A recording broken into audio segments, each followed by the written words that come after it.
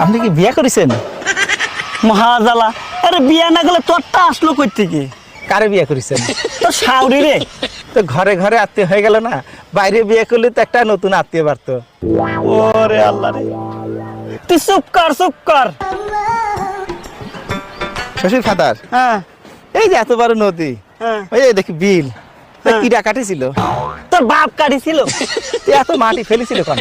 আমি খাইছিলাম রে, আমি খাইছিলাম। দাঁতে কিস কিস করে নাই বালু মাটি?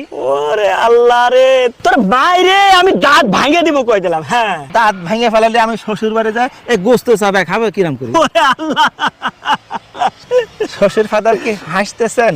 না না না, আমি কাশতেছি। আমি আছি হাসতেছেন। এই ভিতরে আমার কাছে আমার মেয়ে বিয়ে দিয়ে আমি ছাই খাইছি ছাই। ছাই খাতে গেলেন কিসের জন্য?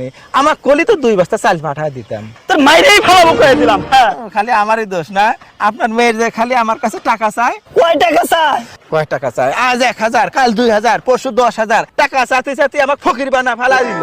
ওরে আমার মেয়ে এত টাকা দিয়ে করেটা কি? আমি কেমনে কব? আমি কি কোনোদিন টাকা দিছি নাকি? শালাই তোরে জামাইরে যে কি করি আমি। হ্যাঁ?